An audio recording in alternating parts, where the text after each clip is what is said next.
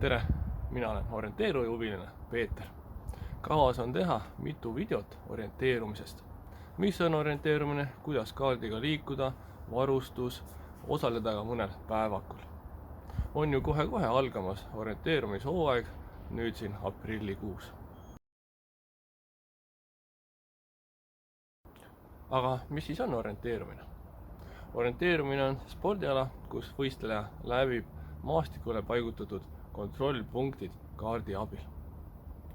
Lihtsustatult võib ka öelda, et orienteerumine on kaardi abil maastikul liikumine, olgu see siis linnas või maal. Aga kust tavainimene kaarti saada, kui ei taha esialgu võistelda või lihtsalt tahaks tutvuda? Orienteerumise lehelt, kui avada sealt kaardid ning otsida mõni huvitav piirkond, näiteks vaatame Aegnat, siis valida otsing Aegna ning valida sobiv aastaarv. Mõistlik oleks võtta kõige uuem. Ja siit saabki avada kaardi, kas või siis välja printida või telefonis avada. Kui vaadata, siis siin on näha roosaga viilutatud ala, kuhu ei ole lubatud minna looduskaitseala pärast. Aga siin on näha ka kivikülve ning ka vanu rannakaitsepatareisid. Nii et kui tahta omal käel lihtsalt kuskil matkata, siis orienteerumiskaardid tuleb teinekord täitsa hästi appi, et just neid väiksemaid detaile leida sellel maastikul. Aga järgnevalt me ei liigu nüüd Aegnal, vaid võtame ühe teise koha. Teile siis väike mõistatus, mis kaardiga on tegu. Kes juba on siin Tallinnas liikunud ja orienteerumisega tegelenud, sai aru, et tegu on Kadrioru pargiga. Vaatame kaardi peal nüüd erinevaid värve, et mis miski tähendab.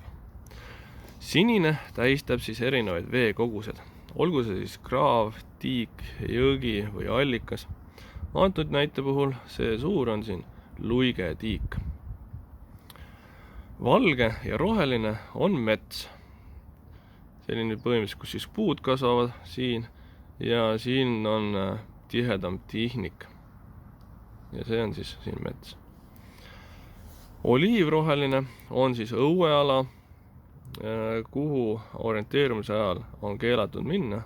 Ei taha me ju kellegi hoovi minna, veel vähem presidendi lossi taga hoovi. Must on kõik inimtekkeline. Ja siis allikas must, siin siis majad, aiad.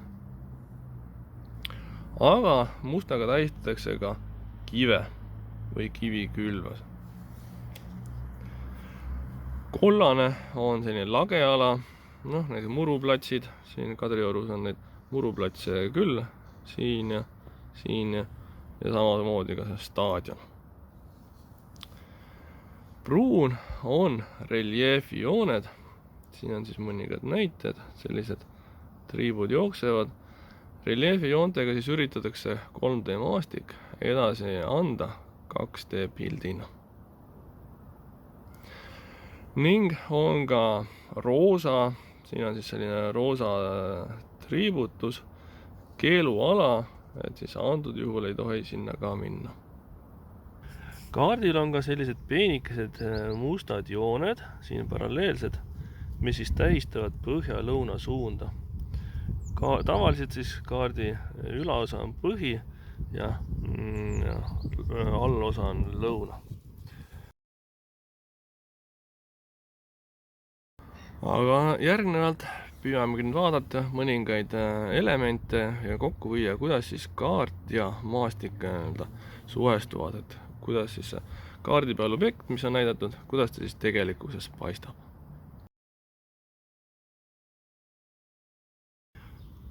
Olen nüüd omal kaardi keeranud natukene teistpidi ja ise asun siis siin punktis.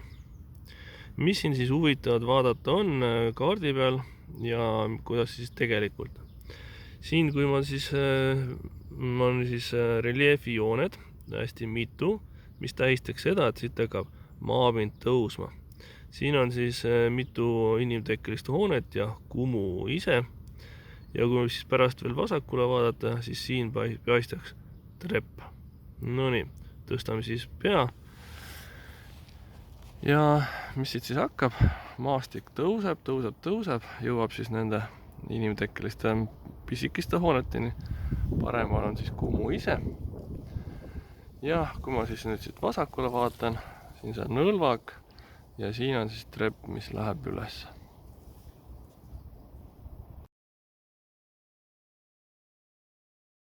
Olen nüüd oma kaardiga jõudnud kunstimuuseumi juurde. Kunstimuuseumi peahoone on siis siin.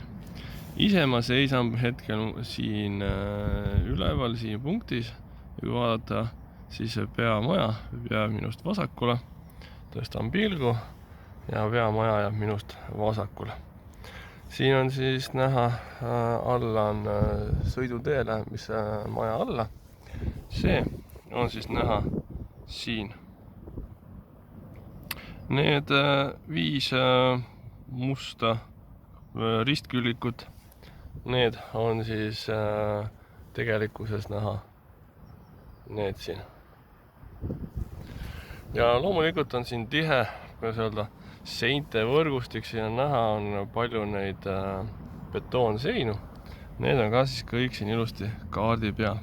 Võib korralik labürint ikkagi tekkida siin, et kui jooksu pealt on vaja kiiresti aru saada, kus oled, võib kerge segadus tekkida küll. Kui vaadata nüüd seda sinistele, siis võib tekkida küsimus, mis asi see on. See on ainult minu aimdus, et see on siis siit pea sissekäik ja sel hetkel, kui oli siis orienteerumisvõistlus, oli võimalik siit sisse minna ning teiselt poolt maja välja tulla. Ehk orienteerijatel oli võimalik siit maja alt või maja seest läbi minna võistluse ajal.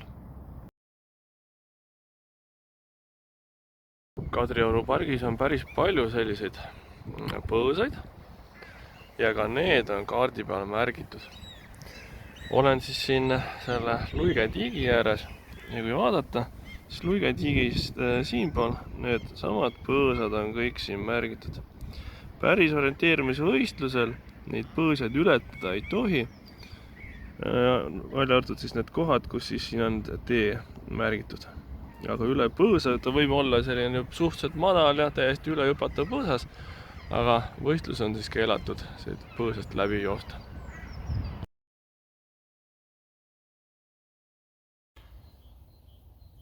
Mida tähendab mõõtkava 1/4000? See tähendab seda, et 1 sentimeeter kaardil on 40 meetrit tegelikkuses. Aga nüüd tulebki tähele panna, et kui te olete selle kaardi ise välja printinud, siis 1 sentimeeter ei pruugi olla see tegelik 1 sentimeeter kaardil. Siin toongi siis näite, et kui minu prinditud kaart ja siis selle tegelik kaart, mis oli võistluse ajal, et siin on ka siis mõõtkava 1/4000, aga nagu näha on objektid suuremad, ka seesama tiik. Panen siia tiigi peale joonlaua ning mõõdan ära, et siit kaartest, ühest kaarest teiseni on umbes 8 millimeetrit, siis siin minu enda välja prinditud kaardil oli see hoopis 6 millimeetrit. Nii et edasi töötan siis selle õige kaardiga, et viia ikkagi mõõtude mõttes tegelik ja kaart kokku. Järgnevalt siis mõõdangi selle sama tiigi ots kaarest kaareni, mis oli 0,8 millimeetrit. Tegelikkuses peaks see siis olema 0,8 korda 40 on 32 meetrit. Ja lähengi mõõdangi, kas see siis päriselt ka on 32 meetrit. Mõõtmiseks kasutan 5 meetrist mõõdulinti, nii et kokku peaks tulema 6 otsa ja veel midagi.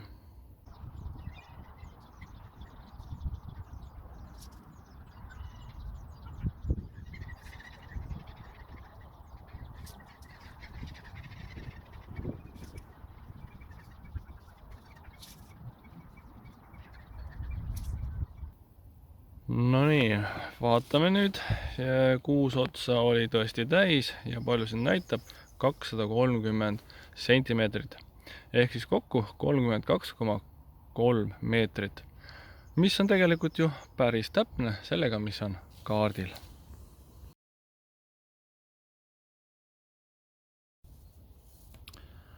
Aga mida tähendab H võrdub 2 meetrit? See tähendab seda, et kahe reljeefi joone vahel on tõusu meetrites 2 meetrit.